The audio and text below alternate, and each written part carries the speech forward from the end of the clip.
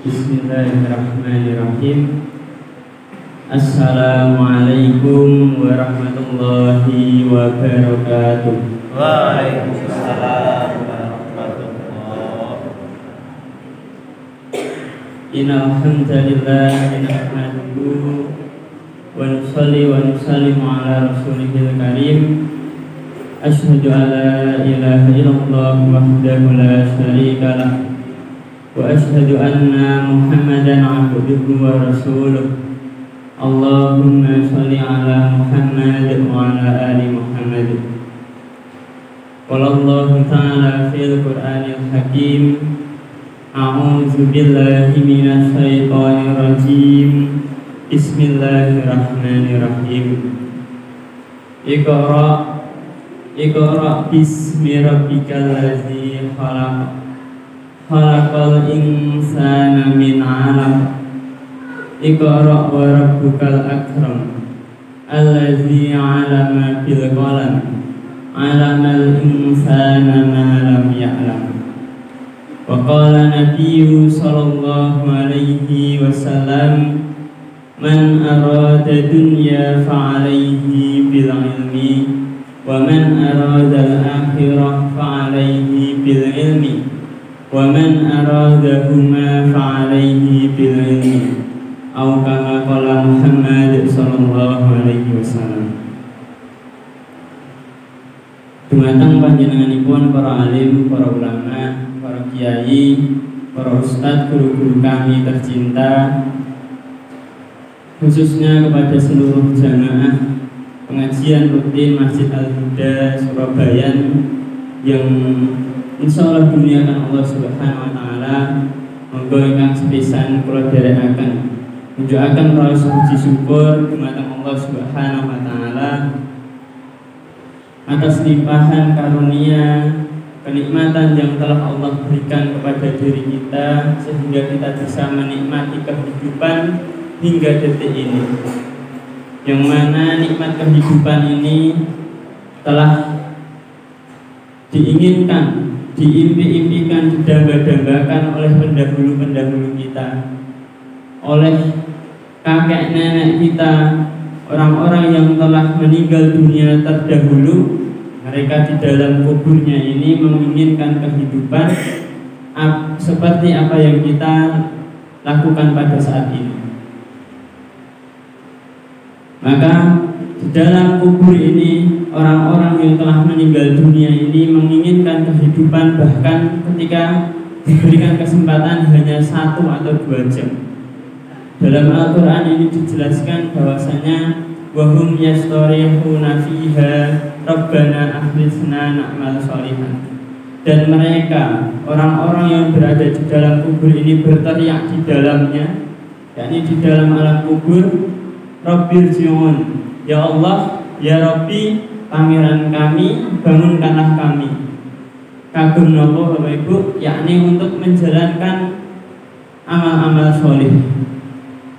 Maka dalam hal ini Imam Al-Ghazali memberikan nasihat kepada umat Islam khususnya di dalam kitabnya bahwasanya ketika manusia ini memiliki masalah yang sangat banyak, pekerjaan yang tidak kunjung selesai atau membosankan atau sangat melelahkan, kemudian keluarga yang sedang banyak masalah amburadul, ekonomi yang sedang diguncang, kemudian anak-anak yang mungkin tidak nurut, atau kondisi masyarakat yang sangat meresahkan hati dan pikiran kula panjenengan sami, maka Imam Al-Ghazali ini memberikan nasihat, datanglah kalian ke kuburan dan yakinilah bahwasanya orang yang berbaring di alam kubur ini, bahkan sejak Nabi Adam sampai nanti umat yang terakhir di alam kubur ini, ketika mereka sudah masuk ke alam kubur, mereka menginginkan kehidupan yang kita rasakan.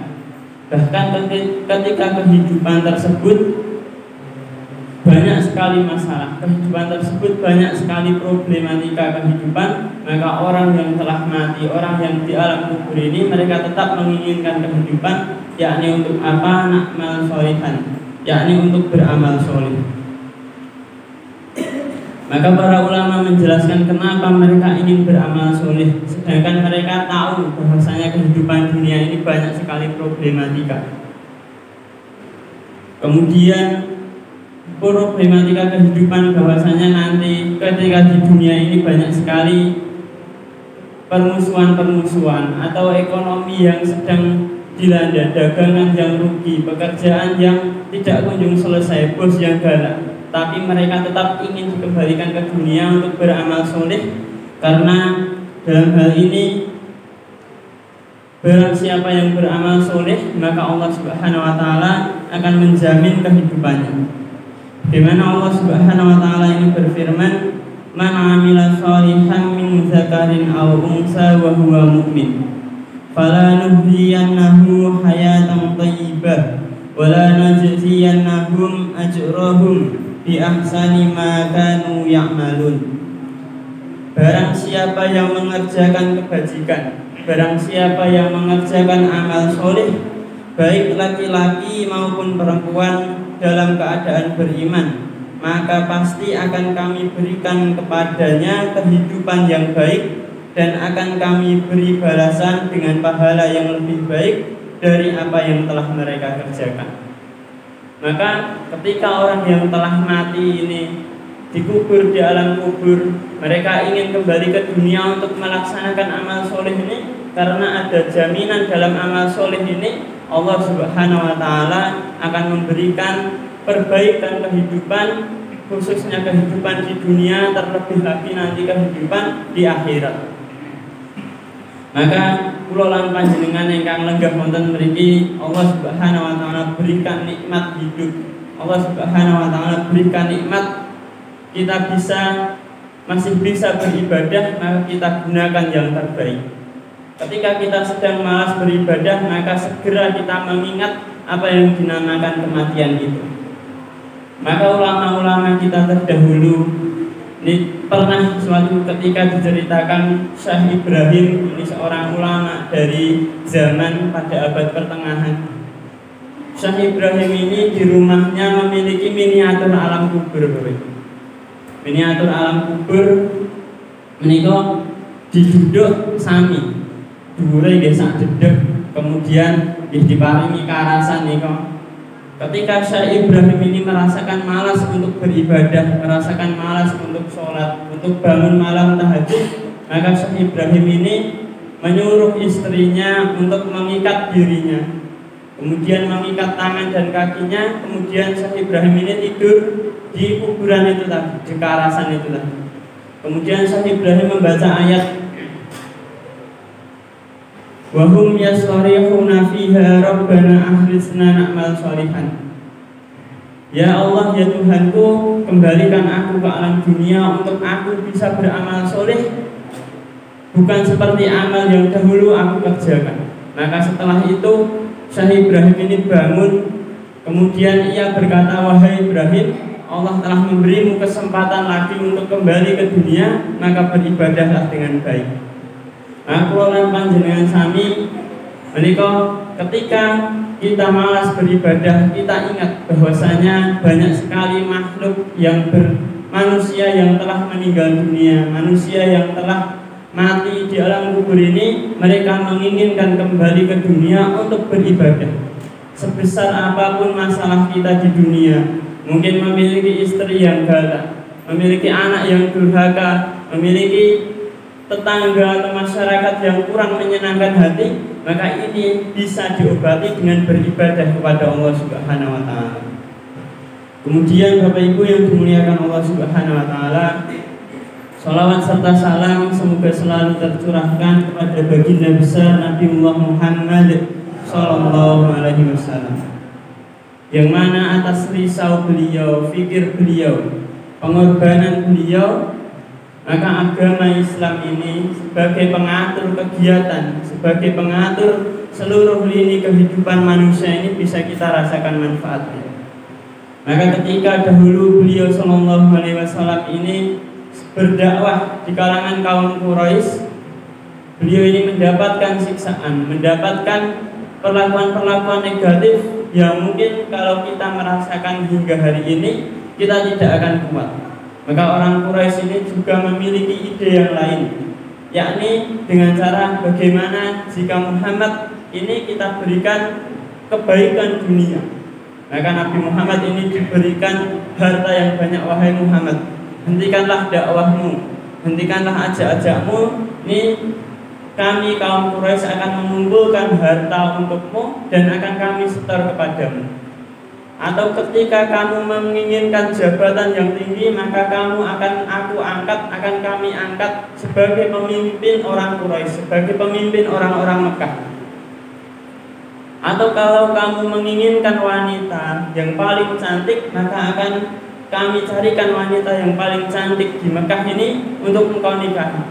Sekalipun bahkan Ustadz ini menjelaskan sekalipun itu istri orang diceraikan, kamu nikahi.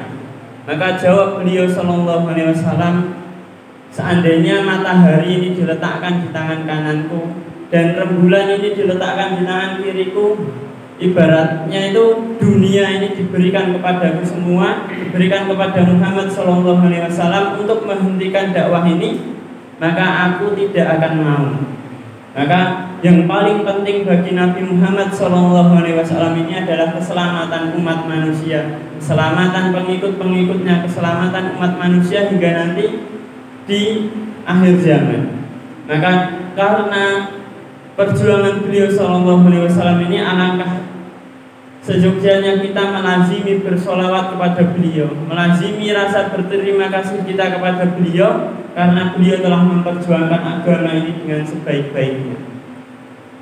Bapak Ibu yang dimuliakan Allah Subhanahu wa taala, yen menika saderengipun nyuwun pangapunten dereng persiapan kalau ini Pak Sri nika pun sanjang turun ajeng ngundang Ustadz Zakaria katen saking pondok pundi pondok Darul Fat. Ternyata niki mau kula baca, oh mboten sias ngundang Ustadz Zakaria. Sumpah Mas, dia ini anak sing mboten nanten sing napa?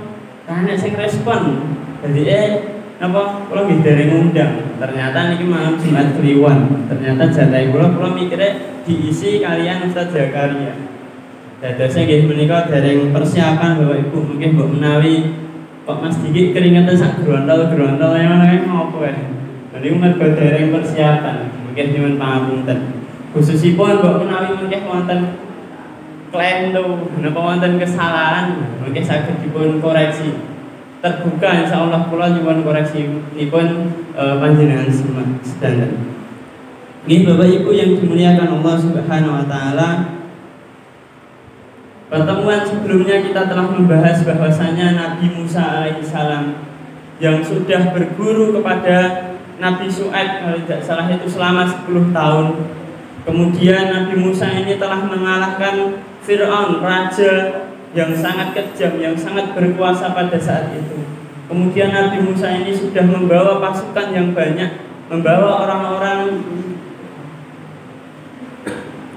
kaumnya ini yang banyak. Bahkan Nabi Musa ini menunjukkan mukjizat yang sangat dahsyat, yakni membelah lautan. Tetapi Nabi Musa ini diperintahkan oleh Allah Subhanahu wa taala, wahai Musa, belajarlah kamu dengan seseorang yang berada di pulau terpencil. Maka ini bisa kita bayangkan, ibaratnya seorang presiden menika diperintahkan untuk belajar kepada kiai kampung yang mungkin tidak memiliki pengikut. Maka ini dengan rendah hati Nabi Musa tetap mau belajar, yakni kepada Nabi Khidir. Maka ini bisa kita ambil kesimpulan bahwasanya belajar ini tidak memandang siapa kita. Belajar ini tidak memandang berapa tinggi ilmunya kita, tidak memandang apa jabatan kita. Maka dalam riwayat juga pernah semangat belajar ini dilakukan oleh ulama kita, yakni Ibnu Hajar al-Asqalani, semoga Allah merahmati beliau. Ketika masa kecil beliau, masa remaja beliau, Ibnu Hajar al-Asqalani ini pernah mendapatkan suatu musibah yang mana ini membuat ia menjadi malas belajar. Mungkin di kalangan teman-temannya ini menjadi orang yang agak bodoh, menjadi orang yang sulit untuk mengikuti pelajaran. Maka suatu ketika sedang pelajaran ini, Ibnu Hajar al-Asqalani ini sedang diremehkan gurunya. Ibnu Hajar ia diajari orang iso-iso. Tapi dulu namanya belum Ibnu Hajar. Kemudian tek bodomen tau ya. Maka ketika itu Ibnu Hajar ini langsung merasa hatinya sedih, hatinya kecewa, aku dilokke guruku ini. Maka Ibnu Hajar ini lari ke dalam gua. Kemudian di dalam gua ini Ibnu Hajar melihat sebuah batu yang besar. Kemudian dari atasnya ini menetes air, Bapak Ibu. Menetes air setetes demi setetes. Ketika di dalam gua tetesan air ini mesti munine krungu banter dan api. Tes. Kemudian setelah dilihat ternyata batu yang besar yang ditetesi air ini tadi berlubang yang sangat dalam. Maka setelah itu Ibnu Hajar Al-Asqalani ini berpikir, watu sing atose kaya ngene kok iso bolong ketika gur ditetesi banyu sak tetes demi sak tetes. Maka ketika saya dilokne Pak Guru ndek wau kok aku dilokke bodho. Iki sebenarnya bukan aku sing bodho. Watu iki atos. Tapi ketika watu ini ditetesi banyu terus, maka batu ini akan lama-kelamaan akan berlubang. Begitu juga otak manusia ini ketika tetap semangat belajar, tetap semangat untuk menuntut ilmu, sedikit demi sedikit pasti akan masuk ilmu pengetahuan tersebut. Maka kula lan panjenengan sami wonten mriki belajar untuk sedikit demi sedikit memasukkan ilmu pengetahuan, ilmu agama, ilmu yang kita miliki, ilmu yang disampaikan oleh Rasulullah SAW sedikit demi sedikit supaya kita mengetahui hukum-hukum tentang agama Islam. Bapak Ibu yang dimuliakan Allah Subhanahu wa taala, kenapa kami membahas mengenai ilmu ini khususnya ilmu agama? Karena sudah masyhur bahwasanya ilmu agama ini adalah ilmu yang mengatur seluruh lini kehidupan manusia. Bahkan para ulama ini menjelaskan yang dinamakan matematika atau komputer atau ilmu pesawat terbang ini, mereka ini bukan ilmu tetapi adalah kesenian matematika, kesenian penerbangan, kemudian kesenian yang lainnya. Menurut ulama yang dinamakan ilmu ini hanyalah ilmu agama, dan ini juga disetujui oleh tokoh-tokoh barat. Maka ada seorang tokoh barat ini yang mengeluarkan kata-kata, membuat quotes, yakni dengan bahasa Inggris, Bapak, yakni bernama Alfonso de Lamartine. Beliau ini termasuk bapaknya orang-orang Perancis, termasuk pendiri negara Perancis. Kalau di Indonesia ini pendirinya gitu, termasuk Pak Karno, Pak Hatta, kemudian panitia BPUPKI. Maka ini termasuk orang-orang yang mendirikan negara Perancis.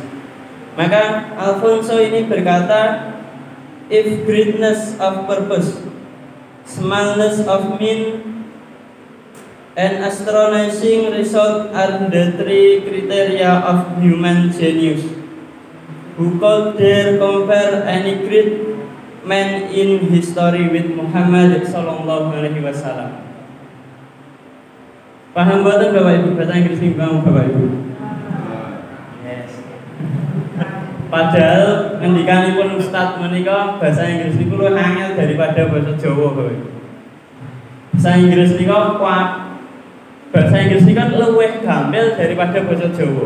Ketika kita misal belajar kaitanipun nasi niku ten Inggris niku namine nggih rice. Kat biyen nasi niku rice. Tapi ten Jawa niku ketika dadi uwit niku namine pari. Sego niku bahasa Inggris rice, tapi ten Jawa niku sego niku ketika dadi uwit naminipun pari.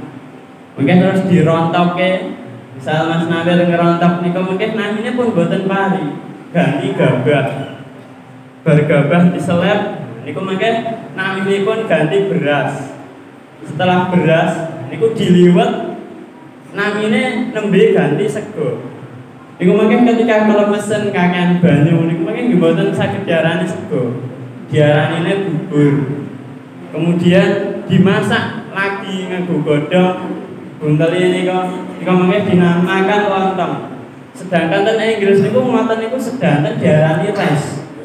Kuwi apa Mas? Rice, kuwi apa rice? Tapi teng Jawa niku pun ganti nama. Bahkan podo-podo dibuntel nganggo godhong, dikai sambal goreng ati sithik. Niku mungkin namine pun gantos dados arem-arem. Dados wong Inggris niku arep sinau basa Jawa niku pangeran. Maka orang-orang barat ini mengagumi beliau sallallahu alaihi wasallam, yakni tadi if greatness of purpose, yang artinya kalau tujuannya besar tetapi alat-alat, fasilitas atau media yang dibutuhkan ini kecil dan hasil yang dihasilkan dari media yang kecil ini besar adalah kriteria dari orang-orang yang jenius, maka siapa yang bisa menandingi dari kejeniusan Nabi Muhammad SAW? Gampangipun ngeten Bapak Ibu. Ten barat itu kriteria jenius itu ketika bisa memanfaatkan barang kecil, bisa memanfaatkan barang yang sederhana, kemudian barang sederhana ini bisa menghasilkan suatu manfaat yang besar, maka orang ini dinamakan orang yang jenius. Atau ketika orang jualan, misal dodolan sepatu siji karo dodolan sepatu siji kaya Nike niku, sepatu sing larang regane nganti 5 yuta niku. Niku sepatu siji batine 4 yuta. Tapi ada orang menjual 100 pasang sepatu niki batine nembe 4 yuta. Niki jenius sing dodolan sak sepatu bati 4 yuta napa sing dodolan pinten lho, 100 pasang sepatu batine lagi 4 yuta. Nah niki jenius sing dodolan sak pasang sepatu kok iso bati 4 yuta. Nah ini menurut orang-orang barat. Dan orang-orang barat ini mengetahui bahwasannya yang paling jenius ini adalah Muhammad SAW. Ketika Nabi Muhammad ini bisa mengajak umat manusia, bisa mengajak bahkan umat dari 14,5 abad yang lalu sampai hingga saat ini bisa masih mencintai Muhammad SAW, mencintai Nabi Muhammad SAW, padahal cara yang dilakukan beliau ini sangat sederhana, tetapi bisa mendapatkan pengikut yang sangat banyak. Nah ini adalah ciri-ciri orang yang jenius. Maka ketika kita mempelajari ilmu, yang terpenting ini adalah ilmu agama.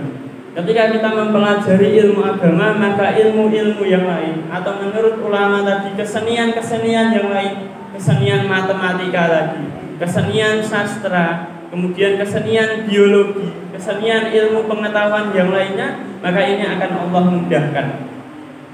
Maka Bapak Ibu yang dimuliakan Allah Subhanahu wa taala, ketika kita sudah mendapatkan kabar bahwasanya Nabi Muhammad SAW ini adalah orang yang jenius, maka kita jangan takut untuk belajar ilmu agama. Jangan takut untuk mendekatkan anak-anak kita, remaja kita, masyarakat kita kepada masjid. Maka info terbaru ini Bapak Ibu, yang panjenengan tepang mereka Dimas sing cah cilik gane rene dateng mriki niku. Putrane Pak Danang, putrane Mbah almarhum Mbah sinten niku Kondak Kombang. Nah niku saking remaja masjid mriki nggih Mas Irawan, Mas Tri, Mas Irfan, kula niku dimasukkan ten pondok ten Manjung niku sing free gratis, dan sekarang baru setengah tahun mungkin nih, baru setengah tahun ini sudah menghafalkan juz 30 sekali duduk. Nah ini calon selanjutnya gitu nih Mas Yusuf, putrane almarhum Pak Pendat ini. Semoga ketika ada permasalahan saged dipun konsultasike kepada remaja masjid, mungkin mbok menawi mungkin saged diarahke putra-putrinipun diarahke mriku. Kemudian remajanipun diarahke ke kajian-kajian halaqah-halaqah di desa Dukuh, atau kajian-kajian bapak-bapak mungkin saged diarahkan ke teman-teman murid. Maka jangan takut untuk belajar ilmu agama, karena ilmu agama ini sudah diakui oleh orang-orang barat bahwasanya Nabi Muhammad SAW adalah orang yang jenius, adalah orang yang cerdas, adalah orang yang patut kita dambakan, patut kita bangga-banggakan bahkan di hadapan orang-orang kafir sekalipun.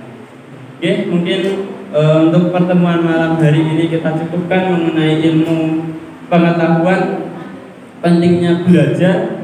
Maka apabila ada benarnya datangnya dari Allah Subhanahu wa taala, Apabila ada salahnya datangnya dari kebodohan saya sendiri, mohon koreksinya, mohon masukannya yang membangun, insyaallah nanti kami perbaiki bareng-bareng.